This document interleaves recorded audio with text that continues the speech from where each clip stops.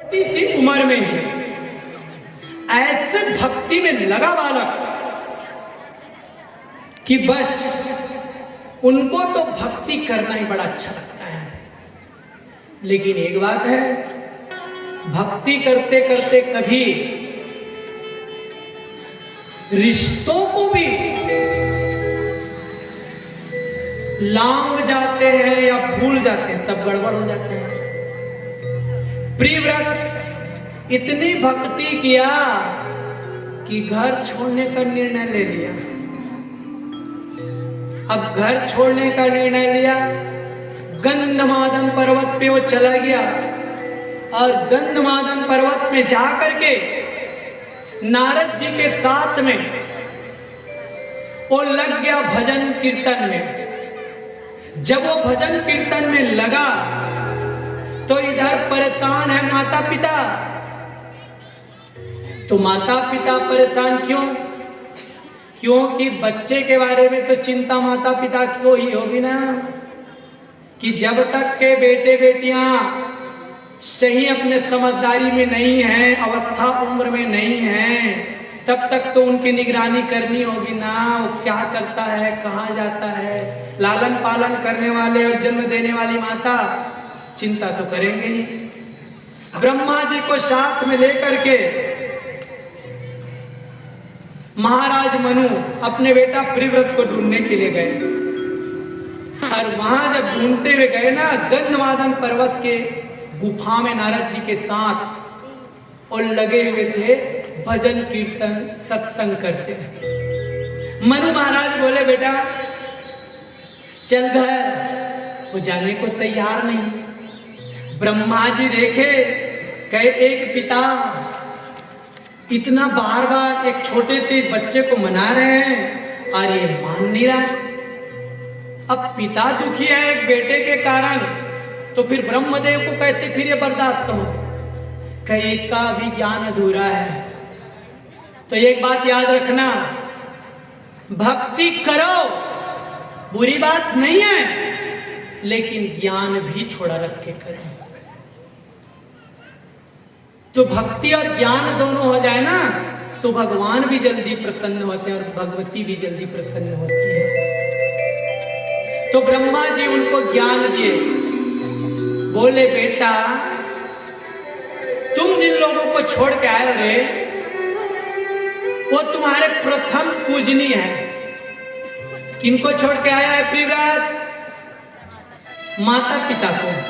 अब बेटा माता पिता से तन पाए हो रे, माता पिता के द्वारा इस संसार को देखने को तुम्हें मिला है रे, और उसी माता पिता को रुला दोगे रे, तो जगदम्बा भवानी भी तुम्हारे ऊपर कृपा नहीं करेगी बेटा। माता पिता की सेवा तो संतान की प्रथम जिम्मेदारी होती है रे, वही तो उनकी पूजा है। जिन लोगों ने तुम्हें जन्म दे करके लालन पालन करके बड़ा किया है, उन्हीं को तुम बड़े होने के बाद में या अपने योग्य होने के बाद में कहीं भूलते हो, नकारते हो, त्यागते हो, तो बहुत बड़ी गलती है रे। तो ये केवल एक प्रियव्रत को समझा रहे ऐसी बात नहीं है। हमारे सदग्रंथ इन पुराणों के माध्यम से सबको समझना है कि जिस माता ने हमको जन्म दिया है, 9 महीने कोख में रख के संसार में लाई है, और जब पिता अपने कमाई करके हमें बड़ा किया, योग्य किया, पढ़ाया लिखाया, नौकरी चाकरी के योग्य बनाया, समाज में उठने बैठने के लायक बनाया, अगर उनको हम रोता छोड़ दें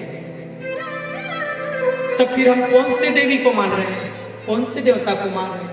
मातृ देवो भव, पितृ देवो भव। माता तो साक्षात देवी माँ है और पिता तो देव स्वरूप है।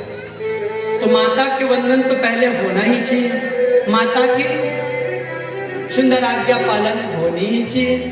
तो बोले बेटा माँ घर में तेरे लिए रो रही है रे, और तू यहाँ आया है, तो ये ठीक नहीं है बेटा। तो दुनिया में जिसने लाया है ना, उनको भी वंदन करना सीख। तुम्हें पूजा से कोई नहीं रोकेगा बेटा। तू यहाँ आके जो पूजा ध्यान करा, घर में भी तो रह करके कर सकता है ना। हर कोई यही सिद्धांत बना ले, सोचो, हर कोई यही सिद्धांत बना ले कि पूजा हम घर में नहीं करेंगे, पूजा हम जंगल में जाके करेंगे, पूजा हम यहाँ नहीं करेंगे, हम और कई मंदिर बस में जाके करेंगे।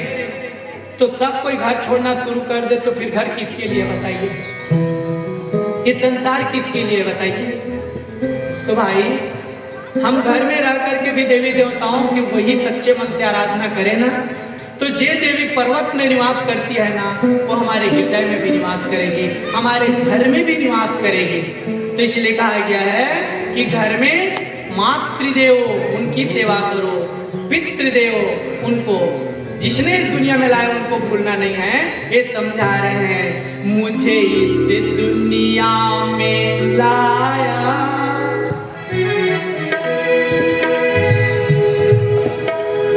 मुझे इस दुनिया में लाया, मुझे बोलना चलना सिखाया। ओ मात पिता तुम्हें वंदन, मैंने किस्मत से पाया। ओ मात पिता तुम्हें वंदन, मैंने किस्मत से पाया। मुझे इस दुनिया में लाया, मुझे बोलना चलना सिखाया। ओ मात पिता तुम्हें वंदन, मैंने किस्मत से पाया।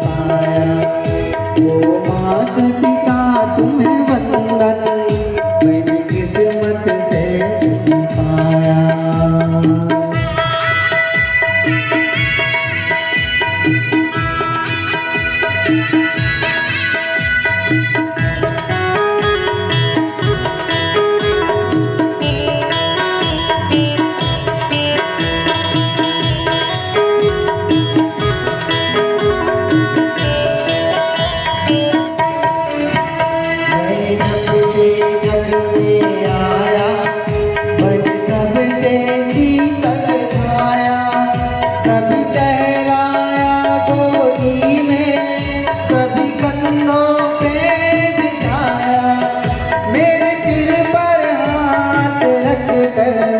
बस प्यार ही प्यार बताया।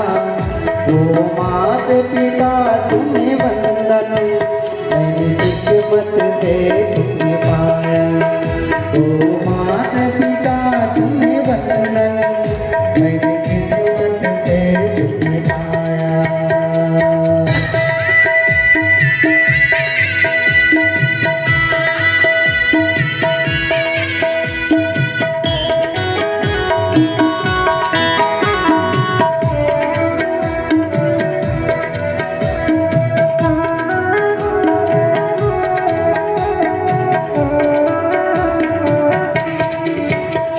उठाकर सर चल पाऊं, इस लायक तुमने किया है।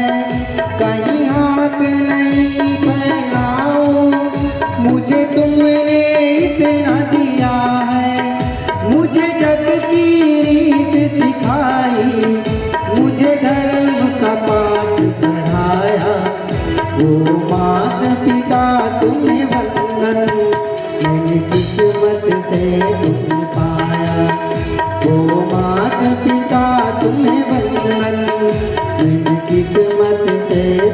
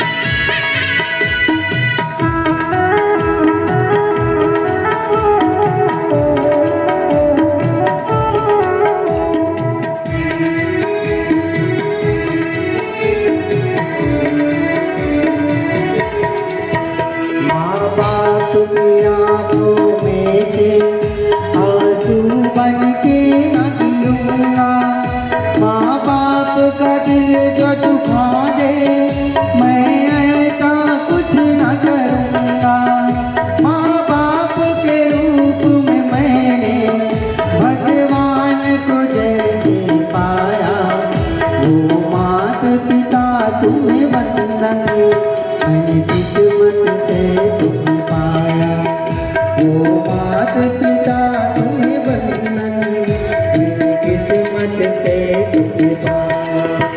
मुझे इस दुनिया में लाया, मुझे बोलना चलना सिखाया, वो मात पिता तुम्हें वंदन, मैंने किस्मत